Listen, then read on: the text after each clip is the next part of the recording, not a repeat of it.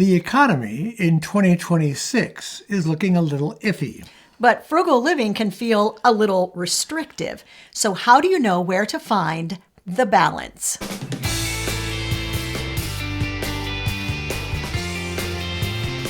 The automatic response to uncertain economic issues is to hit a full stop, put your head down, and brace for whatever's going to happen. But that's not the healthiest of responses, because it is a response that is based on fear and not planning. Let's go through some steps that show you exactly what you need to look at to figure out whether you need to put the brakes on frugality a little bit or whether you need to keep going with the exact same intensity you already are. If you don't know us, I'm Larry. I'm Hope. And we're from Under the Median, where practical frugality meets real life. Let me ask you this question. If the economy or your specific budget was a stoplight, would you look at that stoplight and speed up, or would you slow down? That's what we'll talk about in this video. But before we get started and help you figure out your next best step, we have a workbook that goes along with this series. This is a second in a 5-part series called The Future of Frugal.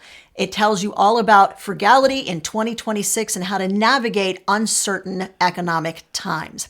It is a free gift to you when you join our waitlist for the Frugal Finance Super PAC. Now, the Super PAC is super exciting. We only offer it twice a year. It will be offered again in January. It is our regular Frugal Finance bundle, but during this time, we add 4 high-value bonuses that are only available during this special launch. So you'll want to make sure that you grab the free workbook and get on the wait list, because the wait list, yes, it has some perks. You're going to get some free sneak peeks into the bundle, and you're going to get early access. You're going to get a very special early bird bonus that is only available for people on the wait list. The wait list is free to join, and you'll get the free workbook. I'll make sure there's a link, guys, in the video description. Now let's go back to the stoplight analogy. We're going to start first with the green lights. Green lights are things that allow you to just go. And that first one would be having a fully funded emergency fund. But you want to start out with at least $2,000 in that fund and then work up to where you have 3 to 6 months savings for major expenses.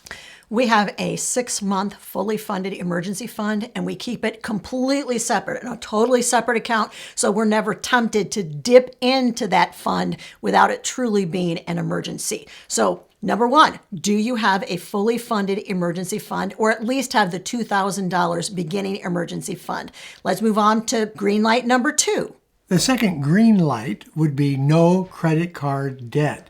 Now, credit card debt can really impair you when it comes to saving and using money in a frugal manner. High interest rate and revolving loans can wreck your credit in a hurry. They can wreck your budget in a hurry. CNBC reported in November of 2025, so this is very recent, the average interest rate for credit cards is 21.47%. Now, that doesn't impact you, but here's something that will impact you. Let's just say you have $2,000 and you pay the minimum payment, which for credit cards is generally 2% of the total loan. So you're going to pay about $40 a month for that credit card. It's still accruing interest as you're trying desperately to pay it off. Do you know how many years it's going to take you to pay off that $2,000 credit card loan? Because it is a loan.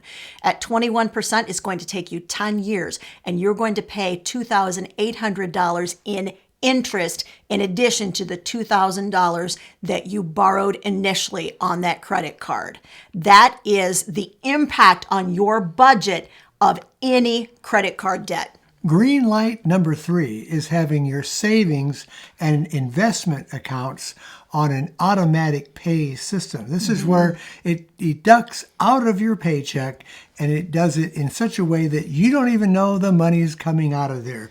This is an area that's not real visible, so it really doesn't impact you very much, but you're putting money to very good use. We say this all the time. We're going to see if we can say it together. The money you don't see is the money you don't spend. Automate, automate, automate.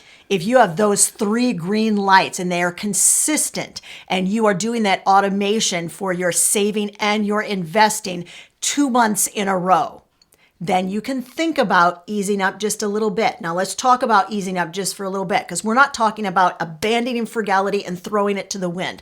We are talking about you feel like you want to free up a little bit more money for something that is important to you, whatever that is. That's the sort of easing up that we're talking about. Let's just say that you're not darkening the door of a restaurant at all, and you're like, I feel like I ought to be able to go out to eat maybe once or twice a month. Those are the sort of moves we're talking about. You have all of these in a row. You're making sure that you have your emergency fund fully funded. You don't have any credit card debt. You are automating that savings and that investing. And by the way, I'm going to talk just a hot second about savings. Savings is not paying all of your bills and then you save whatever is left over at the end of the month. Right. That should be a very specific financial goal and a benchmark that you are hitting time after time after time. If all three of those green lights are order, then you may be able to ease up just a little bit. But what happens if they're not? Let's talk about some yellow lights. One yellow light caution to watch is lifestyle creep, and this is where your expenses are going up higher than your wages.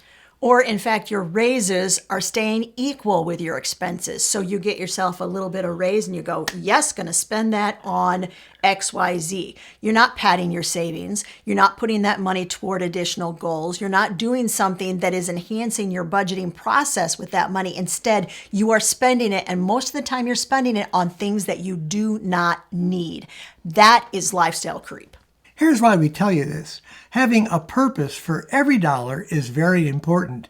As long as every dollar has a purpose, then it will go toward something. The minute it doesn't have a purpose, you could end up using it for anything that you want, and it might be items that really aren't in your budget. And we call this the big green pile of cash mistake because we have made it. We made it. If you have a lot of savings that's sitting around, it is not earmarked for specific goals, you can and will spend it on anything that comes across your path. Yellow caution light number 2 is when your savings rates drop for a couple of consecutive months. And this might be something you're not really paying attention to, and so it automatically catches you off guard. Here's why it's catching you off guard, because remember we talked about how important it is to have that savings rate associated with a specific number or a specific goal. We every year have a specific rate of savings that we want to reach. We track it every month, and not only that, every quarter we total it and say, are we hitting that benchmark?